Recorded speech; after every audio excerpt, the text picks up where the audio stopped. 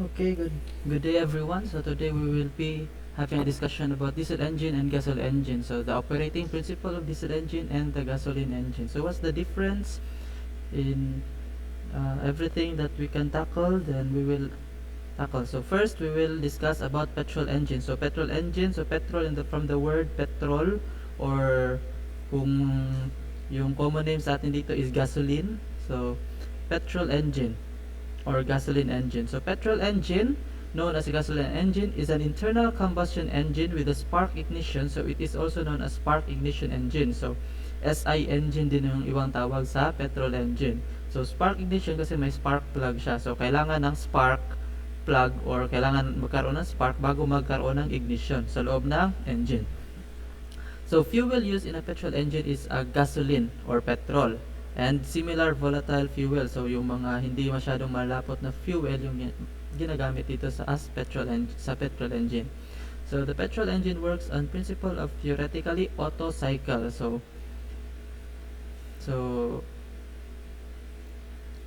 it Otto cycle was invented, or it was invented in 1876 in Germany by German inventor Nikolaus August Otto. Kaya Otto cycle din. Sa kanya din pinangalan yung kanyang invention, and then yung kanyang patent or yung na-create niya na bagong bagong cycle ng internal combustion engine. So the process differs from a diesel engine in the method of mixing the fuel and the air and in using spark plugs to initiate the combustion process. So sa diesel engine, iba yung gamit niya or method of mixing the fuel and air. Iba din yung sa petrol engine, which uses spark plugs to initiate the combustion process. So this is a typical diagram, PV diagram or pressure volume diagram of a Otto cycle. So kung makita natin sa gitna, meron tayo dito itong umakyat baba. So this is the piston, and then connected yung piston sa kanyang piston rod or connecting rod niya, connecting rod pala, and then connected naman ito sa crankshaft. Okay, so makikita natin sa gitna sa top portion ng ating cylinder. So this is the cylinder, yung itong nasa loob yung itong pinaglalagyan ngayon ng piston. So this is the cylinder, and then at the top most portion of the cylinder there is the spark plug. So ito, nagka-create siya ng spark bago magkaroon ng ignition. So ito naman, intake and exhaust valve, yan nasa top. So pagpasok ng hangin, kakaroon ng compression, and then lagyan mo ng spark, and then magkakaroon ng combustion. So yung fuel natin dito and air is pre-mix na. So meron tayong carburetor doon, nagmi-mix na agad yung gasoline and air bago siya pumasok dito sa ating combustion chamber or sa cylinder. So may fuel na, may hangin na. So kulang na lang sa kanya is the spark or the ignition para magkaroon ng combustion. So kumpletuhin natin yung triangle of fire bago magkaroon ng fire or combustion. Kailangan natin yung air, fuel, and heat. So yung heat ay binibigay ng ating spark plug. Okay?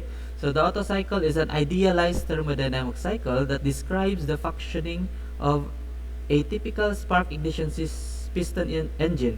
It is the thermodynamic cycle most commonly found in automobile engines. Okay, the idea of Otto cycle was first unveiled by Nicholas Otto back then in 1876, and it uses the spark plugs to light a charge, which is a mixture of air and fuel. So nasabi ko na yan kanina. So there are two types of petrol engine. Meron tayong 4-stroke petrol engine and 2-stroke petrol engine. So we will not dive deeper on this kasi on our next topic we will discuss about 4-stroke and 2-stroke, but we will focus mostly on diesel engine kasi we use diesel engine on board our ships. So hindi natin masyadong itatakal yung petrol engine.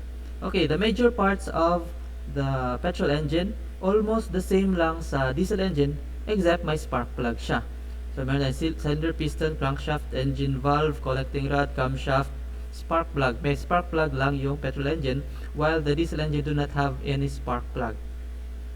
So the advantages of petrol engine: high engine speeds, lighter in a weight because maximum pressure and temperature is less initial cost, less maintenance cost. Disadvantage naman is low compression ratio ranging from 6 to 10. So pag mababa yung compression ratio mo, maliit, konti lang yung kinocompress mo, so the lesser the power that you will create in the long run. Next, the thermal efficiency is lower due to lower compression ratio, and the running cost higher because petrol is costly. So mas mahal yung gasoline. So dito sa Palampon, yung gasoline natin is very mahal na, 60 plus, while the diesel is 50 plus. So the difference is mas mura talaga yung diesel in the long run. Okay, next topic is the diesel engine. So since na-discuss natin konti about petrol engine, so now we will discuss more on diesel engine. So we will differentiate later on the difference of both. So the diesel engine was invented by Rudolf Diesel, or it is also known as a compression ignition engine, and syempre it's an internal combustion engine. So in which ignition of the fuel that has been injected into the combustion chamber by injector. So it has the highest thermal efficiency due to its very high compression ratio. So the diesel cycle was proposed by Dr. Rudolf Diesel. So kung makita natin ito sa diagram, so this is a typical PV and TS diagram of a diesel cycle. So so the diesel engine worked on the principle of diesel cycle, whereby fuel injectors are required to supply fuel into the combustion chamber. So yung gasoline natin is premix na yung fuel and air niya bago siya pumasok sa combustion chamber, while sa diesel naman is nagko-compress muna tayo ng hangin. Pag na-reach na natin yung pag kinompress natin yung hangin, syempre tataas yung temperature niya. Pag na-reach na natin yung tamang temperature, so doon na tayo mag-inject ng fuel, and then magkakaroon na ng combustion. So mag-inject tayo ng fuel late na. Di tulad sa gasoline na premix ka na ng fuel and air bago ka nag-inject, naglagay ng spark, or 'di ba? Naglagay ng heat. So sa diesel naman, una kang naglagay ka muna ng hangin, and then kinompress mo para makapag-create ng heat. Pag meron ka ng air and heat, yung kulang na lang is the fuel. So lagyan mo ng fuel, and then magkakaroon na agad ng combustion. So magkaiba sila in a way. So there are 4 strokes. So this is the intake stroke. So the intake stroke is where nagbubukas yung intake valve natin, and papasok yung hangin. Pagpasok na hangin, bababa naman yung piston. As you can see in the picture, the piston goes down, and the air on the right side is going inside the combustion chamber. So the air in the starboard side. So next is the compression stroke, in which nagsarado na yung intake stroke natin, and then yung piston naman natin is aangat papunta sa taas. Pag umangat yan, yung space na nasa loob ng cylinder natin is lumiliit, nagko-compress din yung hangin na nasa loob. Pag kino-compress na natin yon, nagkakaroon ng compression stroke. So makikita natin dito that compression stroke reaches at above 1000 degrees Fahrenheit. So masyadong mainit na yon. And then after, pag na-reach na yan yung tamang temperature, mag-i-inject agad itong sa gitna, hindi ito spark plug, but this is the fuel injector. So yung fuel injector sa gitna, mag-i-inject agad ng fuel, and then since high temperature ng hangin sa loob, magkakaroon ng combustion or explosion sa loob. So that is the power stroke. Pag explode, or nung nagkaroon ng combustion, so yung combustion na yon is mag-expand. Itutulak naman ng combustion na yon yung piston pababa, and then after that, iikot naman yung piston pataas, and then ilalabas niya dun sa exhaust side yung natirang yung mga usok, yung mga unwanted gases. So ilalabas na siya. So that is what you call as the exhaust stroke. Okay, so this is a marine two-stroke petrol engine. So petrol siya, meron siyang spark plug sa gitna. Okay, and then so meron din siyang power, exhaust, induction, or intake. Yung induction dito is also intake, compression, power, and exhaust. So that is the 4 events in a engine. So 4 events. Okay, so yun ang nangyayari. So okay, so that is the strokes na yung events na nangyari sa loob ng piston natin. So makikita natin dito. So this is an example of 4-stroke petrol engine. So sa 4-stroke, balik tayo sa petrol pala. So di ba kanina nag-petrol tayo, nag-discuss tayo ng diesel, and then may papakita lang ako ng video, or this is a GIF of a 4-stroke petrol engine. So this is how it works. So first is maglalagay ng hangin, and then aangat yung piston, then magkakaroon ng spark, and then exhaust. So makita natin may number yan. Yung number 1 is the intake stroke. So sa intake stroke ng petrol engine, may papasok yung hangin na may mixture na ng gasoline, di ba? And then after that, number 2 aangat, number 3 magkakaroon ng spark and then combustion, and then number 4 is exhaust. So this is just para hindi lang para ma-visualize natin yung nangyayari sa loob ng engine. So this is a typical 2-stroke cycle diesel engine on board ships. So kung makita natin dito, ganito lang kalaki yung tao, and then usually yung mga makina natin doon is 4 na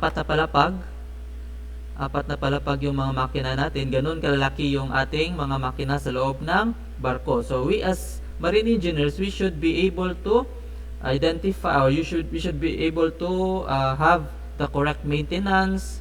Pag may problema, na-rectify natin yung mga problems dito sa malaking mga engines na to. Kaya in the long run, unti-untiin natin, matututo rin tayo hanggang malalaman natin yan lahat. Okay? So as of now, pakita ko lang muna yung video or this GIF of a 2-stroke cycle diesel engine. So ganito pala kalaki yung mga makina sa loob. So ito, yung mga makina ito is maliit lang to. For 4 na palapag, may mas malaki pa dito. Okay? So as you can see, this is the piston. So makita sa diesel, this is a diesel engine. So ang haba ng piston niya, piston rod, and then yung piston rod niya is connected to the connecting rod and the crankshaft. So itong umiikot na crankshaft, dito naman nakakonekta sa dulo, may mga shaft pa yan hanggang doon sa propeller. So pag umikot yan, ikotin yung propeller, then tatakbo yung barko.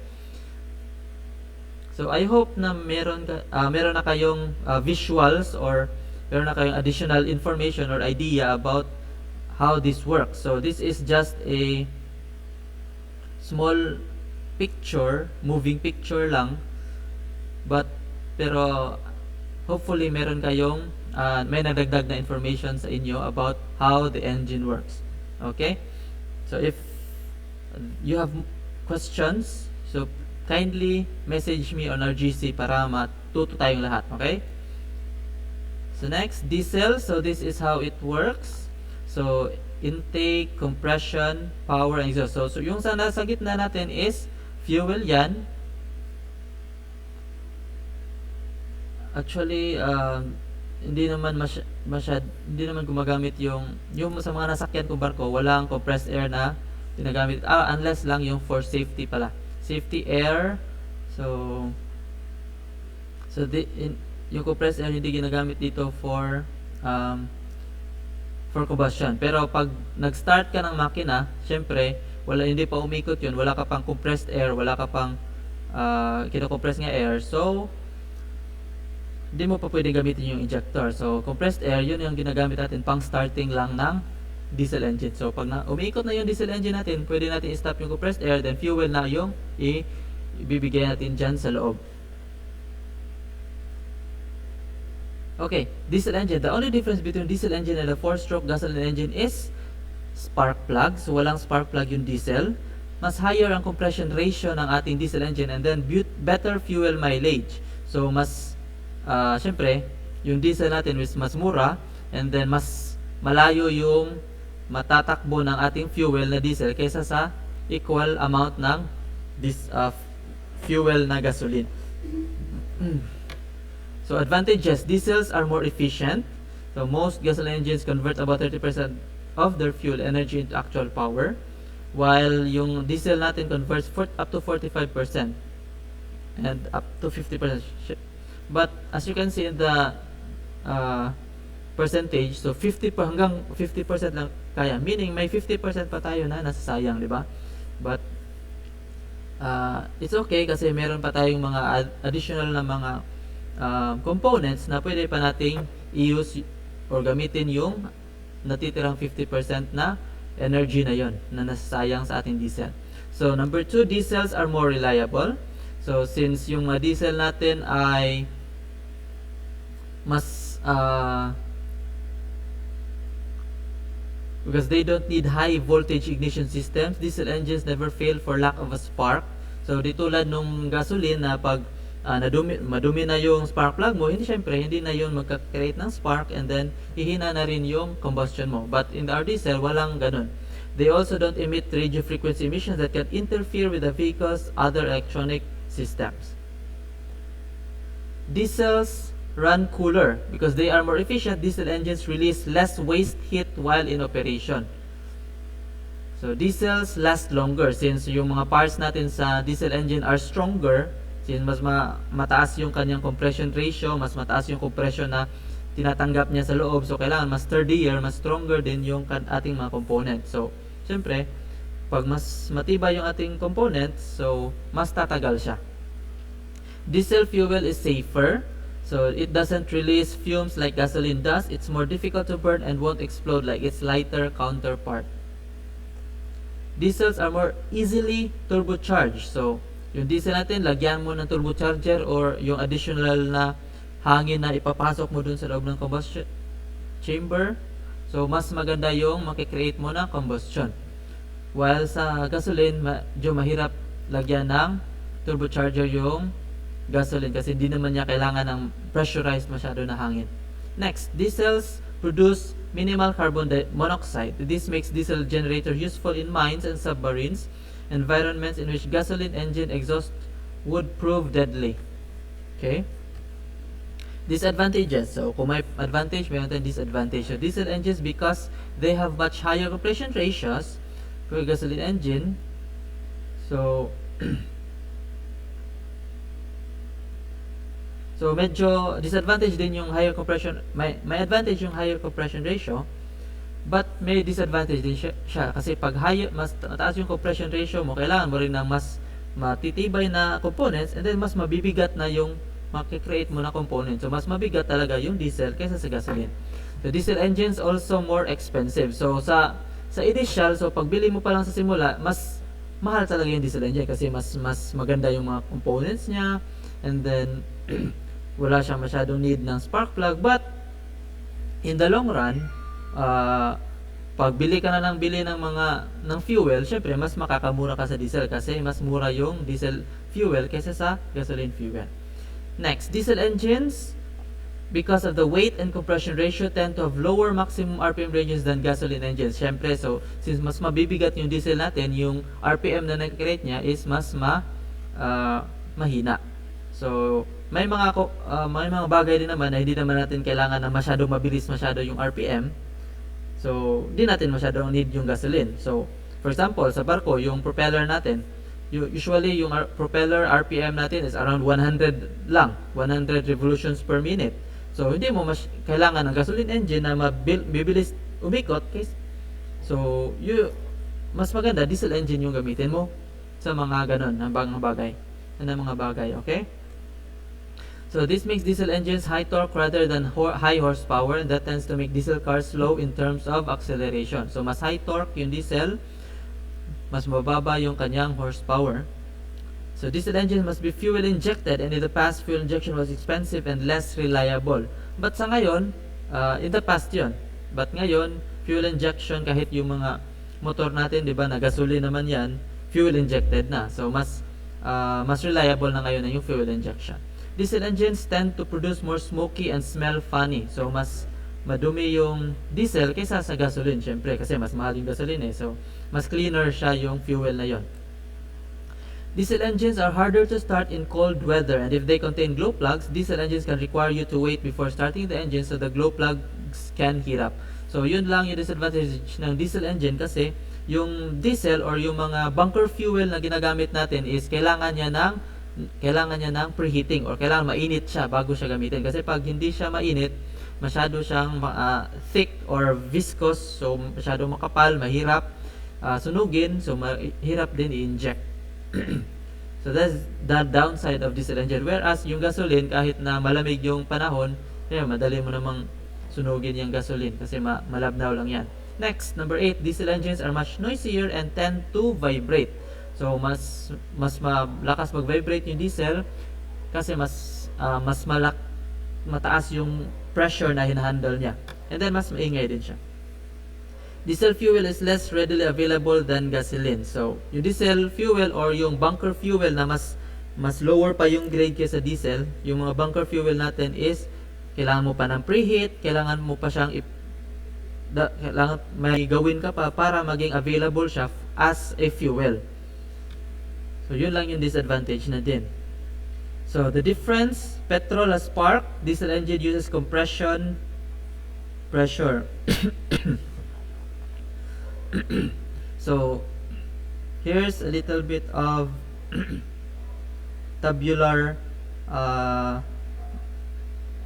differentiation of the two. So, the Otto cycle and the diesel cycle. So, you can have a screenshot. You can download this video and have a screenshot of this information.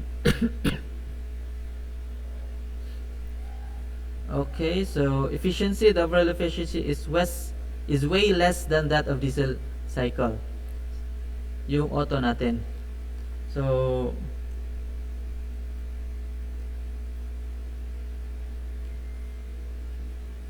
next. So, here's the parang moving picture lang or GIF lang ng comparison ng diesel engine and petrol engine. So, as you can see here, meron tayong sinasabing yung iba ito air filter, and then meron turbocharger, o yung iba may mga auxiliary blower pa. So kailangan nilalagyan nila ng ganito para mas malakas yung hangin na papasok doon sa loob ng ating combustion chamber.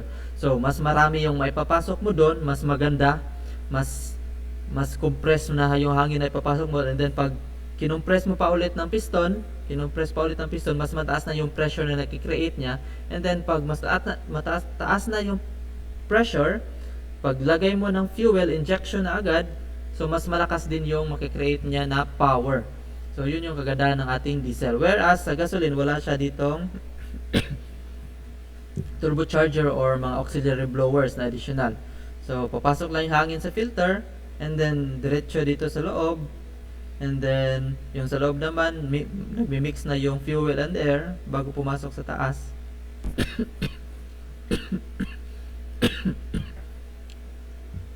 Okay, excuse me.